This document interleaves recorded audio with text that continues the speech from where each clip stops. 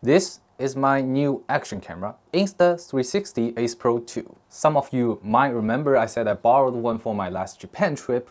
Well, this one is not borrowed. Insta360, that name.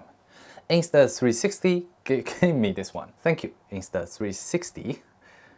Can I just say Insta? I will try. There's this online marketplace in China called 闲鱼 or GoogleFish.com. It started as a used market like Craigslist. But GoogleFish is not just Craigslist, it's also eBay and Etsy.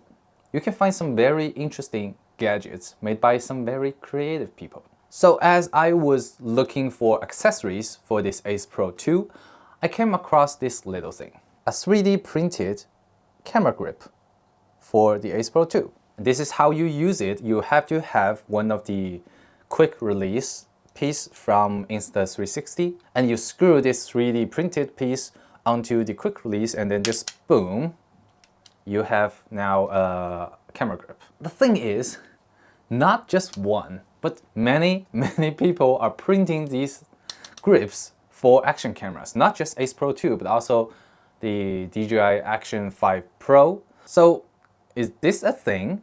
Taking photos with action cameras? I don't know, but when one day Insta360 told me that there is a new accessory they want me to try out, and that accessory is inspired by the online community, I instantly knew what it was. This is the cage bundle made by Telltale. It turns the Ace Pro 2 into a camera. I mean, an action camera is a camera, but this looks and feels more like a traditional photo camera. And that is all what this is about. Making the Ace Pro 2 more comfortable to hold and operate like a photo camera. Before I talk about my honest opinion of this chunk of metal, I want to ask you guys something, okay? How often do you take photos with an action camera? How many of you have actually used the photo mode? Because during the 5-year ownership of my last action camera, which was the GoPro Hero 8, I never took a single photo with it. I only used it for action camera stuff, which is POV shots, sports such as surfing and driving, and vlogging. If you have never owned an action camera or have never thought about taking photos with it, well, how often do you take photos with an ultra-wide lens? It can be the ultra-wide on your smartphone. That's the question, okay? Just shine some light on me, okay? So I've been thinking about how to test this properly.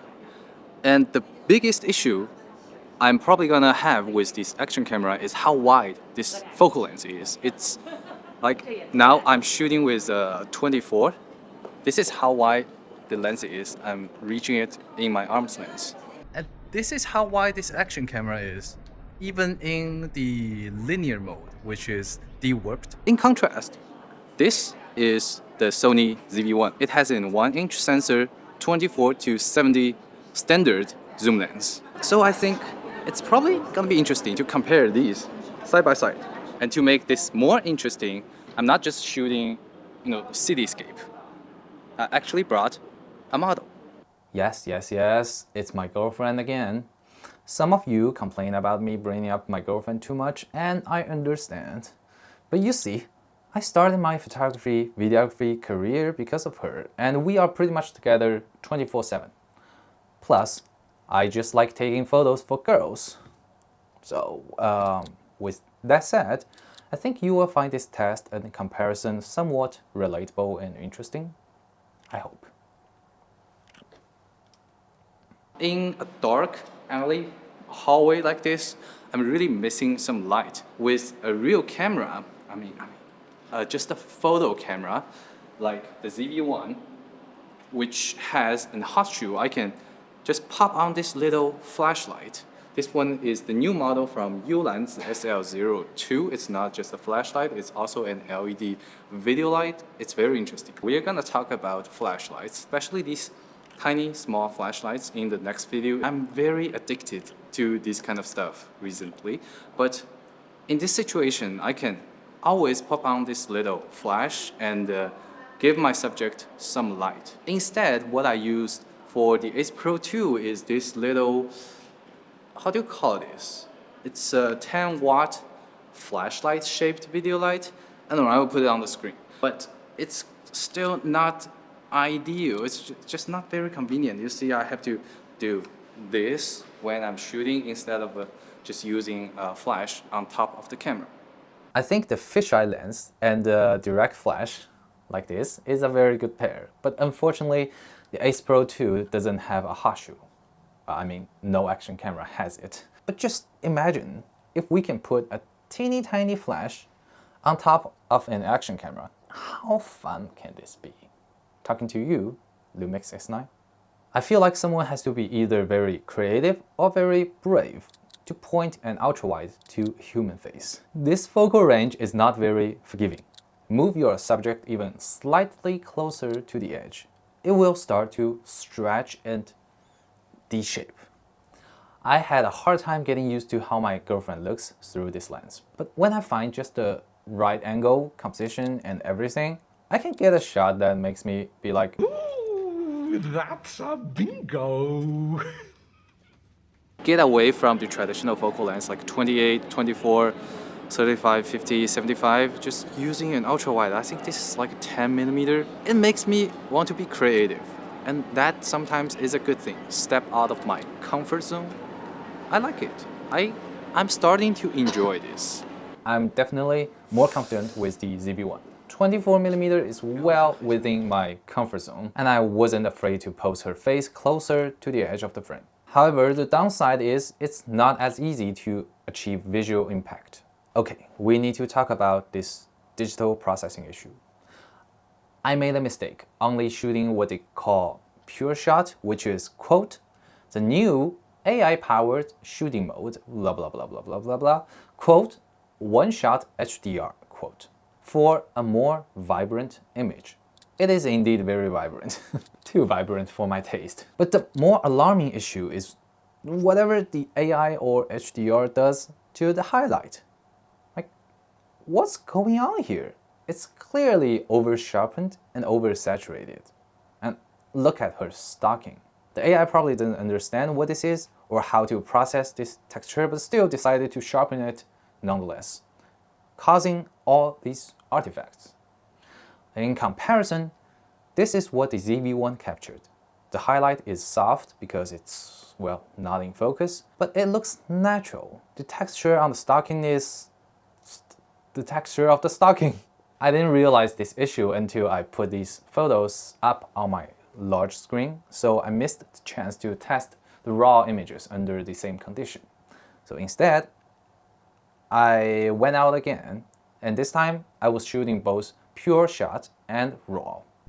Need a haircut. Please forgive my Asian mustache. This is nice. Cherry blossom. That is the headquarters of ByteDance. I honestly think the raw file looks totally fine. It doesn't need that much sharpening, especially on like some tricky texture, for example, the ground.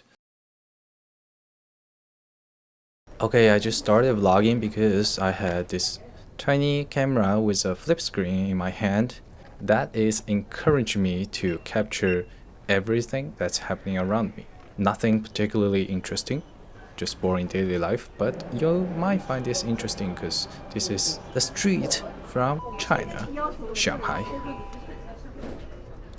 I shot this whole sequence accidentally with Leica native color profile. That's the color profile I used for the photos, but I didn't change it to other profiles for videos. So yeah, I don't think you should use Leica native for videos. But if you are wondering how it looks, this is how it looks. Everything else was set to full auto, and I was using standard stabilization and the onboard microphone. This is what I missed from my childhood. 油墩子. It's literally like radish inside a fried dough, but it's too hard to grab onto, and I didn't bring my handkerchief. Mistake. Can you see that? You know it's legit when you see her shredding the radish herself. Hey, I forgot I have 2 times too. Okay, zoom in. You see it? Okay, that's some quick lunch. It's less than $1 lunch. Still need to get my haircut. I just realized this is where I grew up. And that market is where my mom used to buy all the food material from. And I'm still here getting dessert and getting my haircut. Unintentional, but here I am. Wow, look at my hair. 剪头发。我在做一个视频，就是这个小相机的评测。Yes, if you are getting a haircut in China, ask for dry wash, and you will probably get a head massage for free. That was a wash. Now she's gonna give me a eyebrow trimming. Eyebrow trim. Do I need that? Yeah, I probably can do. So if I'm using this to take photo, I will only shoot raw. That's a haircut with wash, head massage, shoulder massage, and eyebrow trimming for, how much is it? Less than $10. That was good. That was quick. I feel clean now. Why is that car parked like that? Anyway, I kind of stopped shooting photo with this camera. As I'm walking around, I started just vlogging. I just felt like that's what this camera is meant for. Shooting videos. I'm so much more comfortable shooting video with this camera than shooting photos. Well, I should have mentioned that my girlfriend loves the video result coming out of this. She keeps asking me to shoot TikTok dance videos for her with the Ace Pro 2. Well, I think that's the strength of this ultra-wide lens. Motion. There is a certain vibe to it that you don't get from other focal lens. Paired with the awesome stabilization, it can do some very tricky, like K-pop MV style gimbal shot with just this little camera. Now the sun is setting. Here is another problem. I feel like I need some light on my face. That's what I like to do when I'm shooting in the darkness. Okay, let's look back at what we have here. This little cage and grip bundle. My friend said it looked pretty dope, and I agree. Telta does what Telta does the best. The grip is comfortable, the shutter is clicky and crisp. Unfortunately, that's where the good ends. You see, one of my most used accessories for vlogging is this little light. Not only does it light up my face, but it also lowers the ISO, making the image cleaner because I use face priority metering mode. The problem is, like, if I want to see myself on this flip screen, I can't mount anything on top of the camera, otherwise this screen will be just blocked. Of course, if you are not as old-fashioned as I am, you can always use the pure video mode, which drastically improves the low-light performance of the Ace Pro 2. Insta360 sells this little quick-release cold shoe bracket, so it's very easy to just pop it on and take it off. Unfortunately, again, this grip is screwed on, so I have to scoop out this tool, which is impossible to do without fingernail, then unscrew this grip, stuck the tool back, put this down, and put the light on. That's clumsy enough. But to reverse the process, I have to take off this top piece first because it's blocking the quick release. Then I gotta somehow scoop out the screwdriver and screw it. Why isn't this grip quick release just like the 3D printed ones? I mean, these 3D printed ones doesn't come with this quick release piece, but they are designed, they are meant for be used with the quick release. The Telta one isn't. It's just like the fitment isn't meant for the quick release. I can do it, of course you can do it, but just I shouldn't be doing this DIY sketchy stuff. It should just be built in. Then why bother with this extra bracket piece to press the shutter when you can just stuck some kind of remote control shutter button here? And why is this grip just a chunk of metal that's heavy enough to be a weapon? Why don't give it some additional function, like putting a little LED light right here inside, or some kind of a battery holder for an extra battery, or even a battery charger, so that I can store the battery inside this grip and also charging the battery with the grip? I don't know. There are a lot of things you can do with this space, but just please just don't be a chunk of metal. Now I'm shooting in the correct video color profile, which is flat, and I'm using the onboard microphone.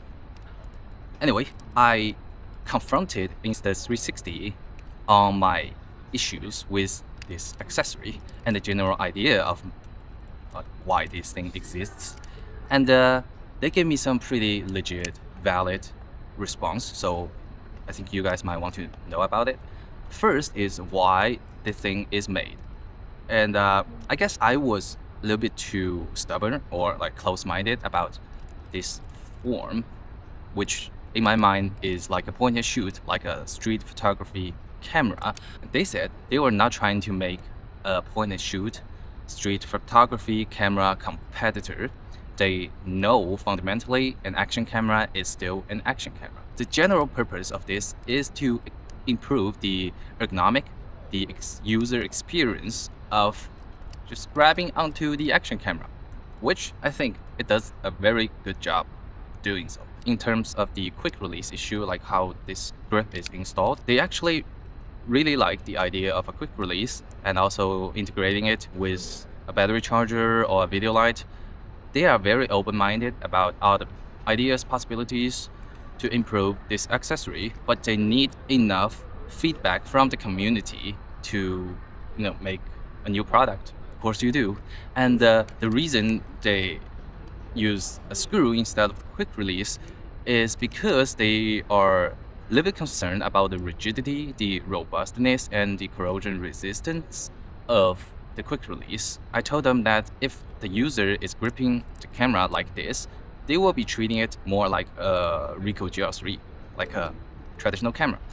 They are not mounting this action camera outside of a car on a skateboard or taking it down into the deep sea. So I understand their concern, but they don't have to be. Like they said, they need your input, they need your feedback. If there is enough interest in improving or making a second version of this, they will happily do so. That's always good for us, the users. So that is a 15-minute long video, I guess, about this little accessory, which tells you something about my channel. If nothing else, thanks for watching. I will stop talking.